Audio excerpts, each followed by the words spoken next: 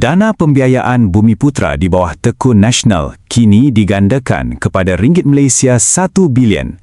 Menteri Pembangunan Usahawan dan Koperasi Steven Sim berkata, keputusan ini dibuat selepas sambutan menggalakkan terhadap skim berkenaan yang sebelum ini dinaikkan daripada ringgit Malaysia 300 juta kepada ringgit Malaysia 500 juta.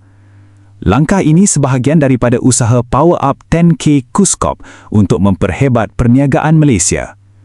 Kita mahu supaya lebih banyak suntikan dana ke dalam sektor perusahaan mikro, kecil dan sederhana PMKS serta Tekun Nasional yang merupakan antara agensi penting di bawah KUSKOP, katanya.